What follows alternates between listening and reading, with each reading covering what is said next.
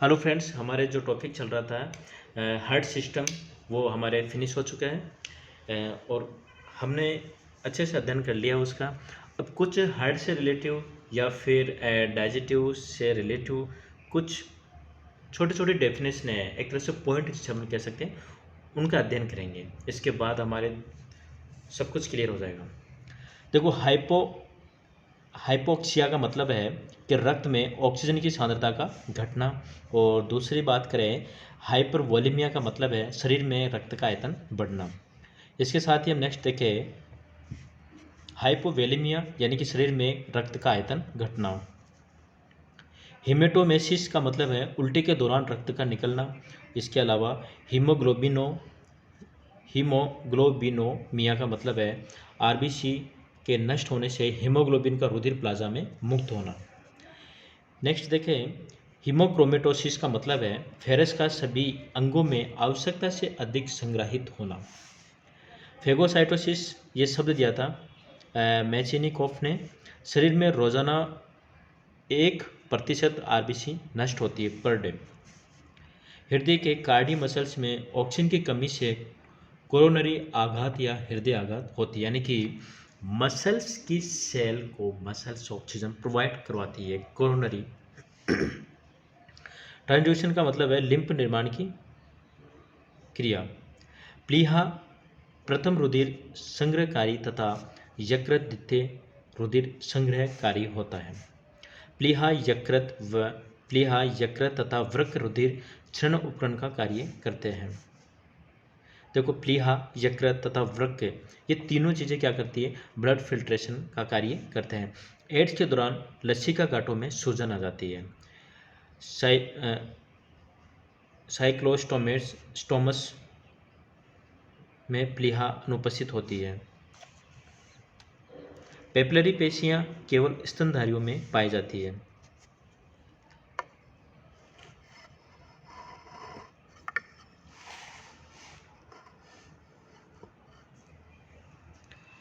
कृत्रिम पेसमेकर एक इलेक्ट्रॉनिक उपकरण होता है जिसमें लिथियम हैलाइड बैटरी का उपयोग होता है। इसकी खोज ग्रेट बेज एंड कार्डेक ने की थी।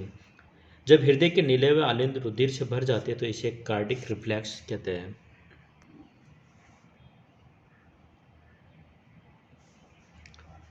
रुधिर प्लाज्मा, उत्तक द्रव्य व लिम्फ को शरीर के भीतर का समुद्र भी कहा जाता है। एक तो रुधिर प्लाज्मा, उत्तक द्रव्य व लिम्फ को शरीर के भीतर का समुद्र भी कहा जाता है। स्टार्लिंग रूल्स क्या है कि यह नियम हृदय पेशियों पर लागू होता है। इस नियम के अनुसार डायस्टोल के दौरान हृदय की पेशियों की लंबाई जितनी अधिक होती है उनमें उतना ही शक्तिशाली संकुचन उत्पन्न होता है। विश्व में प्रथम मानव हृदय का प्रत्यारोपण डॉक्टर क्रिश्चियन बर्नार्ड ने किया व भारत के सर्वप्रथम मानव हृदय प्रत्यारोपण डॉक्टर वेणुगोपाल ने किया। वो डेट भी दे रखी है।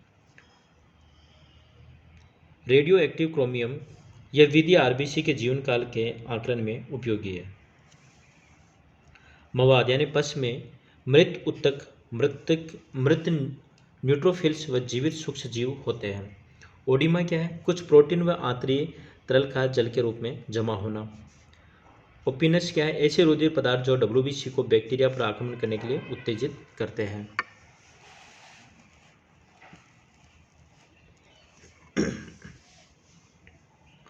भ्रूण के बोन मेरो का रंग पिंक होता है।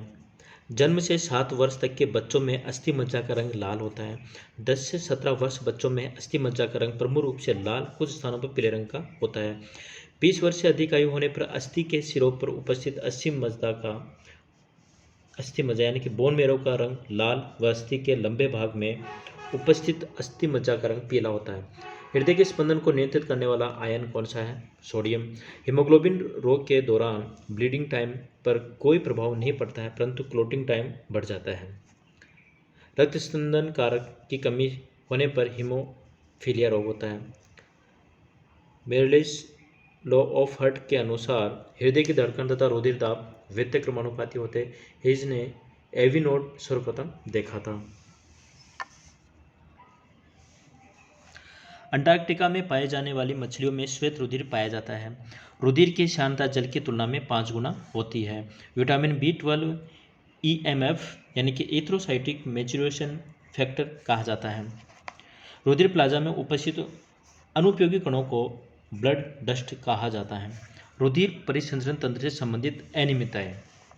हाइपरटेंशन का मतलब होता है कि इसे सामान्य तौर पर उच्च रुधिर दाब के रूप में जाना जाता है। यह लगभग 140-90 mm of Hg होता है। रुधिर दाब मुख्य रूप से 3 अंगों को अधिक नुकसान पहुंचाता है: वृक्क, हृदय और मस्तिष्क को।